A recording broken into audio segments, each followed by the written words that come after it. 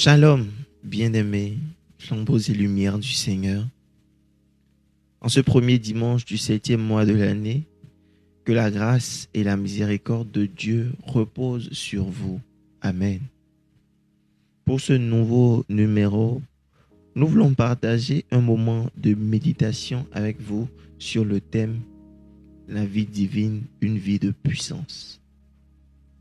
La vie divine, une vie de puissance. Et si vous nous écoutez en ce jour, vous recevrez une visitation divine qui va encore transformer votre vie spirituelle et vous aider à croître spirituellement. Amen. Je suis le flambeau Sir Alban Mevi. Je serai accompagné du flambeau Luc Zanou Choko et du flambeau Idelphonse Chabiguia. Pour cette méditation, nous lirons les textes suivants.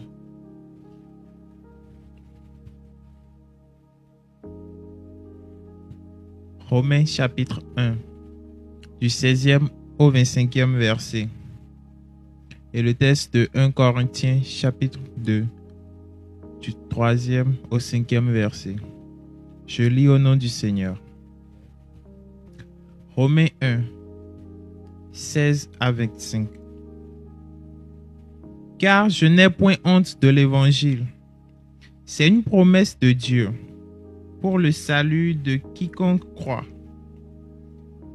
Du juif, premièrement, puis du grec, parce qu'en lui est révélée la justice de Dieu par la foi et pour la foi, selon qu'il est écrit, le juste vivra par la foi. La colère de Dieu se révèle du ciel contre toute impiété et toute injustice des hommes qui retiennent injustement la vérité captive. Car ce qu'on peut connaître de Dieu est manifeste pour eux, Dieu le leur ayant fait connaître. En effet, les perfections invisibles de Dieu, sa puissance éternelle et sa divinité se voient comme à l'œil depuis la création du monde, quand on les considère dans ses ouvrages. Ils sont donc inexcusables. Puisque, ayant connu Dieu, ils ne l'ont point glorifié comme Dieu et ne l'ont point rendu grâce.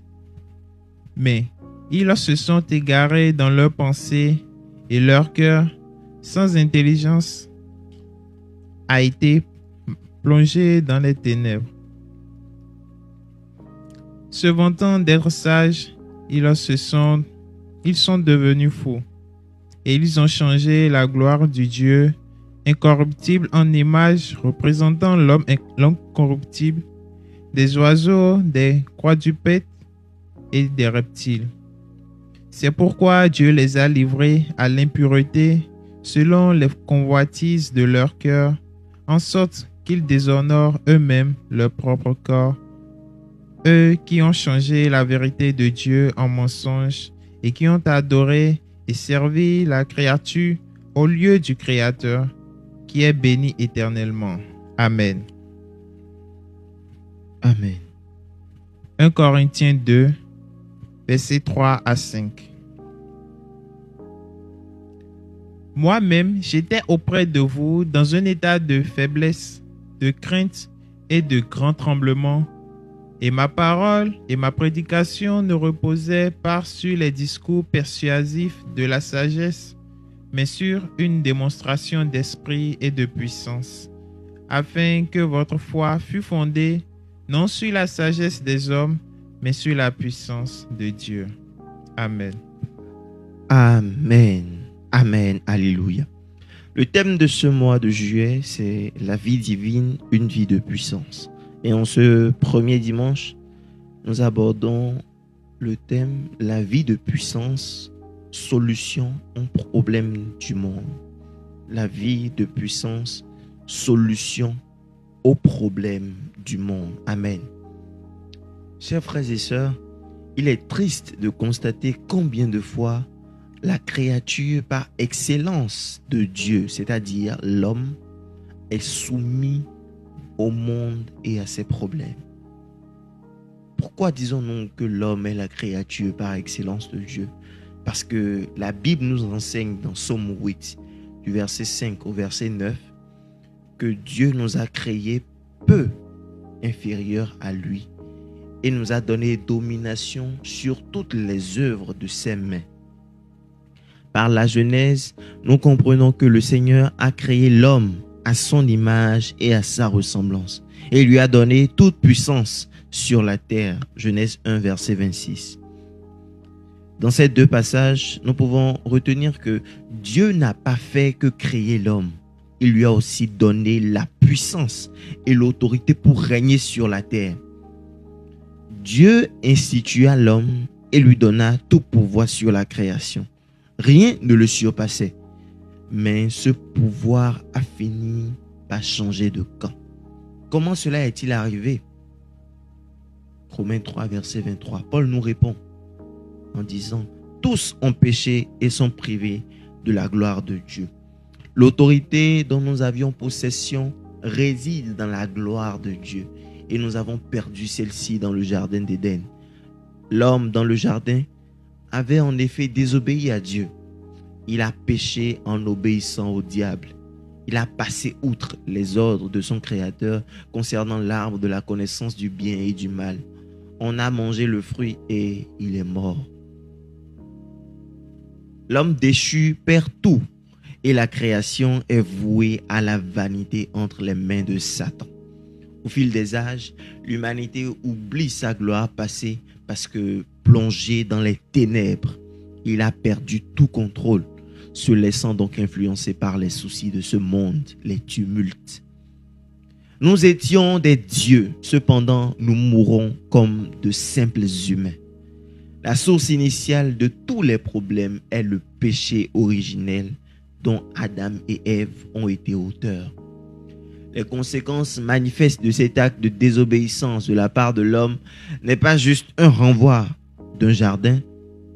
La condition humaine avant sa désobéissance était celle d'un Dieu sur la terre, établi par Dieu sur tout ce qui se trouvait sous le soleil. Non seulement l'homme n'était aucunement assujetti à qui que ce soit sur terre, mais en plus, il était pleinement servi. Dieu était le seul suprême au-dessus de l'homme. Lui, régnant sur toutes choses et dont la demeure est dans les lieux célestes, et l'homme, son représentant, son fils ici, régnant sur la terre, exactement tel un ambassadeur. Mais la conséquence première de la chute de l'homme dans Genèse 3, verset 23, marqua le début de toutes les souffrances à venir. Ce n'était pas la volonté de Dieu pour l'homme, mais le fruit de la semence du péché, la mort. Et le premier péché a eu le temps de germer en l'homme perdu et d'engendrer en ce dernier toutes sortes de choses opposées à la volonté de Dieu. Ainsi, chaque homme n'a pas seulement en lui la semence du péché originel provenant d'Adam, mais la nature pécheresse engendrée a donné à tout homme de travailler à concevoir le mal. Travailler à concevoir le mal, à concevoir l'iniquité depuis son cœur et de se laisser orienter dans les ténèbres par ses mauvaises voies. Et tout cela, de génération en génération, n'a rapproché aucunement l'homme de son Dieu. Aussi, le diable qui a ravi à l'homme sa place sur la terre, devenu le prince de ce monde, s'est donné le plaisir d'assujettir sur la terre tout ce qui était sous l'autorité de l'homme, comme dit 1 Jean verset 19, le chapitre 5. Le monde entier est sous la puissance du malin. Et c'est ce qu'il brandit en éludant la vérité dans Luc 4, verset 6. Et le diable, ennemi sous serment de l'homme, s'efforce d'employer contre les hommes tout sur la terre pour leur nuire de toutes les manières que nous voyons, voulant que l'humanité souffre le plus possible ici et ne connaisse point le salut. Ainsi, même la terre qui produirait la nourriture de l'homme est un instrument pour le diable contre lui. Les hommes ont perdu toute sécurité sur la terre qui leur appartenait. Les problèmes dans le monde se sont multipliés. partant des fléaux, des maladies, la mortalité accrue et tout ce que nous voyons d'autre. L'homme esclave du péché est tout naturellement sous le joug de tous les problèmes de ce monde et ne fait que faire face à ceux-ci. Je peux retrouver ma gloire passée et avoir le contrôle sur les problèmes du monde. C'est la bonne nouvelle. Dieu le Père a tout fait par amour pour nous. Aucun sacrifice venant d'homme ne pouvait suffire pour expier le péché. L'acte de tout ce qui nous condamnait. Il a donc envoyé son Fils Jésus mourir à notre place et servir de sacrifice perpétuel. Car Dieu a tant aimé le monde qu'il a donné son Fils unique, afin que quiconque croit en lui ne périsse point, mais qu'il ait la vie éternelle.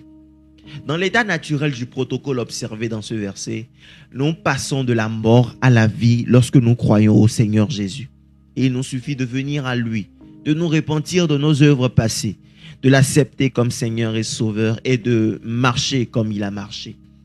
En acceptant le Christ dans notre vie, nous acceptons son esprit, le Saint-Esprit en nous, l'esprit de puissance. La divinité de Christ vient habiter en nous. Ainsi, nous devenons comme Moïse qui a été fait Dieu pour Pharaon.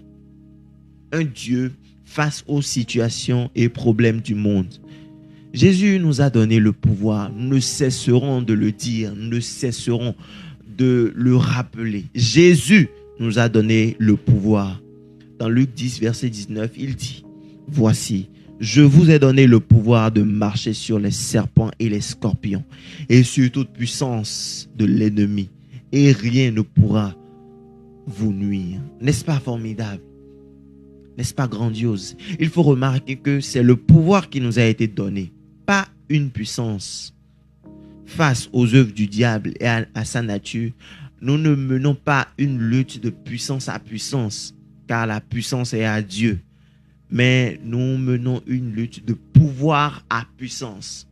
Nous avons un droit légal dans le spirituel pour exercer l'autorité dont nous avons été revêtus par notre Seigneur Jésus-Christ qui a tout accompli. Dieu, dans sa puissance, ayant prévu les temps avant qu'ils ne soient accomplis, a manifesté son amour par l'œuvre salvatrice de son Fils pour nous. Et la foi en Jésus-Christ n'est pas seulement l'assurance de la vie éternelle à la fin des temps, mais cette œuvre restaure à l'homme qui y croit et qui en vit désormais l'autorité perdue autrefois. Étant ôté de la postérité d'Adam pour être désormais dans celle du Seigneur Jésus, et Jésus étant de Dieu, nous devenons alors de nouvelles personnes recréées en Christ, comme dit 2 Corinthiens 5, verset 17. En effet, la nouvelle personne recréée en Jésus est pour dire née de Dieu et n'appartient plus à ce monde, mais elle devient comme Jésus l'est lui-même, enfant de Dieu en recevant cette nature de Jésus par le Saint-Esprit.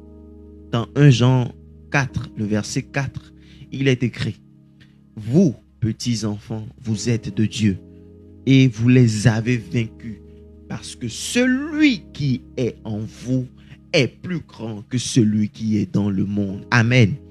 L'homme qui est en Christ ne vit en réalité plus de lui-même, ayant reçu de la vie du Christ, entretenu et préservé par l'Esprit qui vivifie. Alléluia. Et ainsi, c'est celui, Jésus, qui a donné cette vie, qui vit en cet homme. Et Jésus, lui, est au-dessus du monde et de ses problèmes. Il les a vaincus. En cela, la foi en Jésus qui nous donne une nouvelle identité, une nouvelle vie, nous donne sur la terre de vivre dans le monde comme si nous n'y étions pas, parce que nous n'en sommes plus fils. Cette restauration de notre nature divine par Jésus-Christ ne se transmet pas comme une semence générationnelle. L'on ne peut l'acquérir par lien de la chair ou du sang, mais directement par Jésus. C'est la volonté parfaite de Dieu que tout homme individuellement ait cette foi en Jésus et bénéficie de la grâce du salut. Aussi vive la vie divine ici sur la terre au-dessus des problèmes de ce monde. Parce que le plus important pour notre Dieu, c'est notre salut. Et cela ne s'acquiert que directement par le Saint-Esprit, au travers seulement du Fils, comme mentionné dans Jean 14, verset 6. Ainsi, la vie divine ne peut être vécue sans le salut, ce dernier étant prioritaire dans la volonté de Dieu pour nous.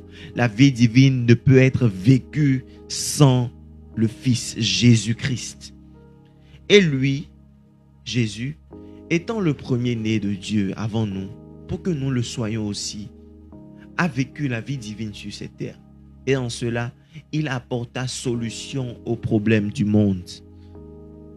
Comme dit dans Actes 10, verset 38, Jésus de Nazareth qui allait de lieu en lieu, faisant du bien et guérissant tous ceux qui étaient sous l'empire du diable, car Dieu était avec lui.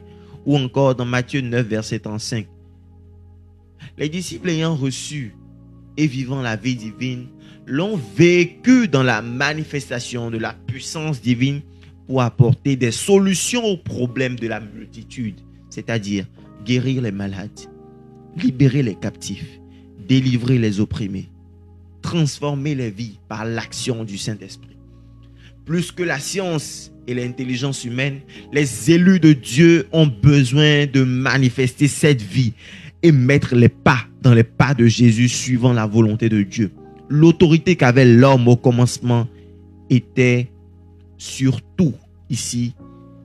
Quelques-uns ayant exercé cette autorité ont fait des choses par la main de Dieu, parlant à la terre et au ciel, au vent et au soleil, aux eaux et à toute la création. Chose que l'homme, dans sa nature déchue, ne peut réaliser parce qu'il n'a pas la vie de Dieu en lui. Ces hommes ont justement été des solutions sous la main de Dieu pour son peuple. Moïse et tous les prophètes faisaient des choses étonnantes, des choses extraordinaires pour leur génération et pour celle-ci, rappelant au monde la volonté de son divin propriétaire.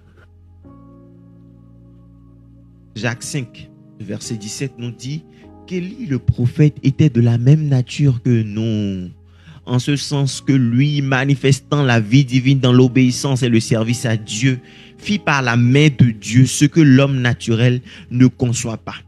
Dieu était avec lui comme il l'est avec nous aujourd'hui. Et par sa grâce, le Saint-Esprit nous donne d'avoir la même nature que Élie pour apporter des solutions à ce monde rempli de désespoir parce que loin de son Créateur. Amen. Chers frères et sœurs, le diable, le ravisseur, n'est plus prince ici pour celui qui a et manifeste la vie divine. Au contraire, le diable, le méchant, l'ennemi devient assujetti et toutes ses œuvres contre ses élus sont vouées d'avance à l'échec. Gloire à Dieu.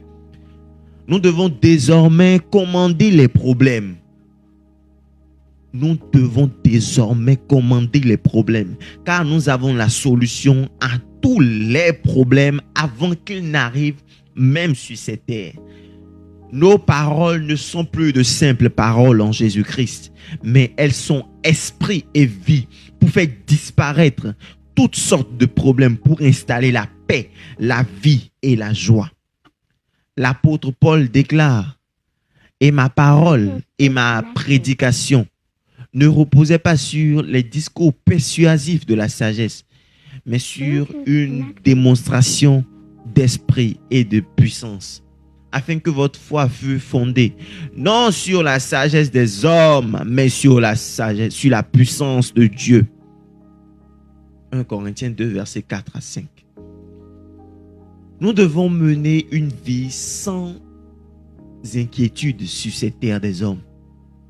Nos problèmes et nos sujets d'inquiétude sont pour nous des moments favorables pour manifester la puissance de Dieu par notre foi fondée en Jésus-Christ.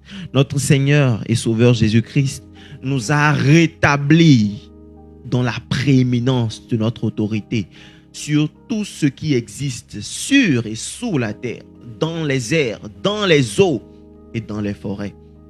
Tout est à nous et nous sommes appelés à parler sur toute chose. Nous sommes invités à proclamer sur toute chose.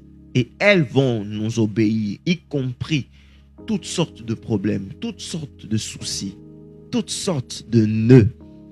Ainsi, soyons dans l'assurance que la puissance de Dieu que nous possédons en Jésus-Christ est vainqueur de tous les problèmes actuels et de tous les problèmes à venir. Amen. Cette vie de puissance se doit d'être conservée par la veille, par l'obéissance à Dieu, dans la communion croissante, dans la relation que nous avons avec le Saint-Esprit, lui qui est l'auteur de la manifestation de la puissance divine, lui qui est l'auteur des solutions aux problèmes du monde. Amen.